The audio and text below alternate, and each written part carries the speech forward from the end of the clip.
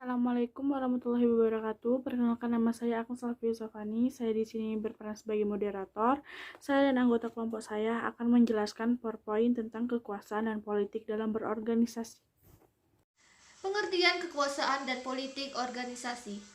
Kekuasaan dan politik adalah sesuatu yang ada dan dialami dalam kehidupan setiap organisasi, tetapi agak sulit untuk mengukurnya. Akan tetapi, penting untuk dipelajari dalam perilaku keorganisasian, karena keberadaannya dapat mempengaruhi perilaku orang-orang yang ada dalam organisasi. Kekuasaan suatu jaringan interaksi antara manusia dengan kekuasaan diperoleh, ditransfer, dan digunakan. Politik dijalankan untuk menyeimbangkan kepentingan individu, karyawan, dan kepentingan manajer serta kepentingan organisasi. Ketika keseimbangan tersebut tercapai, kepentingan individu akan mendorong pencapaian kepentingan organisasi. Politik, kualitas yang melekat dalam satu interaksi antara dua atau lebih individu. Politik tidak hanya terjadi pada sistem pemerintahan, namun politik juga terjadi pada organisasi formal, badan usaha, organisasi keagamaan, kelompok, bahkan unit keluarga. 5 jenis kekuasaan. Yang pertama, jenis kekuasaannya yaitu reward. Sumbernya dari kemampuan menyediakan keuntungan atau reward bagi sasaran kekuasaan. Yang kedua, coercive. Sumbernya dari kemampuan menyediakan efek hukuman pada sasaran kekuasaan yang tidak penuh. Yang ketiga, expert. Kemampuan dan pengetahuan khusus yang dimiliki di mana sasaran kekuasaan ingin dimiliki atau menggunakan. Yang keempat, revert. Kemampuan berdasar kehendak orang lain meniru pemilik kekuasaan atau dengan apa pemilik kekuasaan menyimbolkannya. Yang terakhir atau yang kelima, legitimate. Kemampuan berdasar perasaan yang orang miliki bahwa kita punya hak dan otoritas menerapkan pengaruh atas kegiatan mereka. Kekuasaan ini diberikan oleh organisasi atau pendahuluan kita. Sekian, terima kasih. Berkekuasaan dikategorikan dalam dua lokus, yaitu kekuasaan formal. Kekuasaan formal didasarkan posisi individu dalam organisasi. Kekuasaan formal juga bisa datang dari kemampuan seorang pejabat melakukan tindak koerasif, reward, juga otoritas. Kekuasaan personal. Kekuasaan personal datang dari individu sendiri. Mereka tidak harus punya posisi formal untuk berkuasa.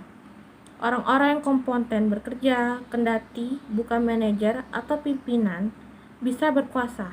Kekuasaan ini datang dari karakteristik unik mereka. Taktik kekuasaan. Taktik kekuasaan adalah suatu cara individu menerjemahkan landasan kekuasaan ke dalam tindakan-tindakan tertentu. Persuasi rasional. Menyajikan argumen-argumen yang logis, masuk akal, dan berbagai bukti faktual untuk memperlihatkan bahwa sebuah permintaan itu masuk akal. Konsultasi.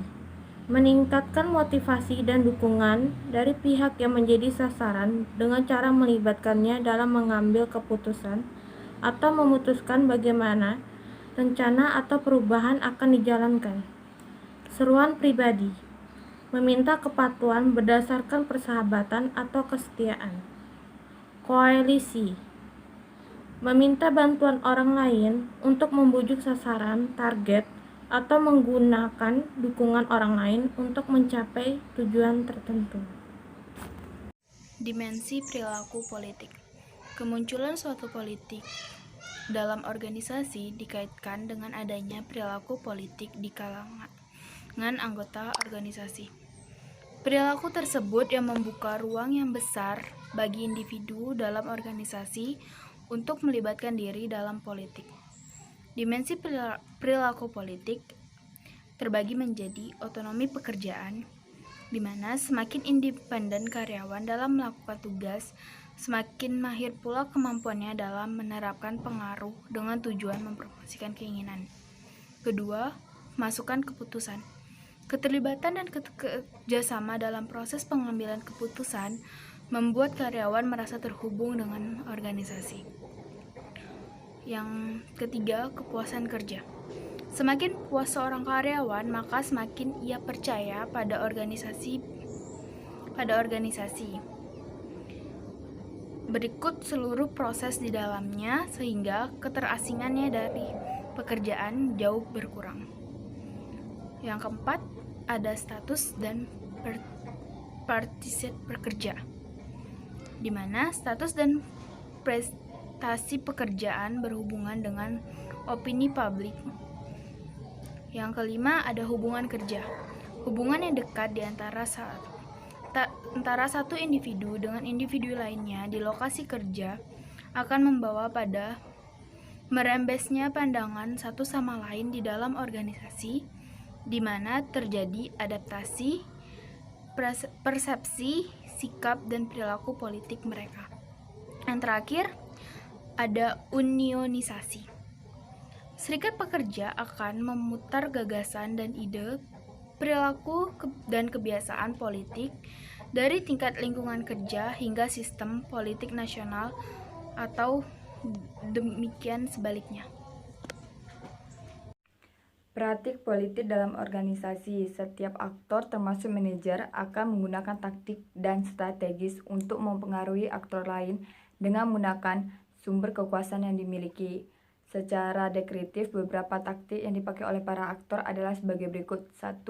Membentuk koalisi dengan pihak yang lain untuk meningkatkan dukungan dari sumber daya. Yang kedua, menciptakan suasana, seremoni, dan simbol untuk membentuk suatu persepsi dan perilaku orang-orang sesuai dengan peran dan fungsinya. Yang ketiga, menpromosikan kepentingan kita menjadi kepentingan pihak lain dengan mengubah persepsi dan tindakan pihak lain. Yang keempat, memperluas jumlah pemain yang terlibat dalam suatu isu yang menjadi kepentingan kita untuk mendapatkan perhatian yang lebih luas. Yang kelima, melakukan negosiasi dan tawar-menawar dengan pihak lain yang bersinggungan dengan kepentingan kita untuk mendapatkan kompromi. Etika berpolitik dalam organisasi. 1. Prinsip utilitarianisme. Mengajarkan bahwa keputusan yang telah kita ambil haruslah memberikan manfaat terbesar untuk jumlah orang terbesar. Pandangan demikian menekankan pada kinerja kelompok, yaitu kinerja organisasi. Kedua, prinsip keadilan. Mengisyaratkan individu untuk memberlakukan dalam menegakkan aturan-aturan secara adil dan tidak berat sebelah atau pilih kasih sehingga terdapat distribusi manfaat dan biaya yang pantas. Yang terakhir, prinsip hak. Menekankan bahwa setiap individu mempunyai kebebasan untuk mengemukakan pendapat dan berbicara.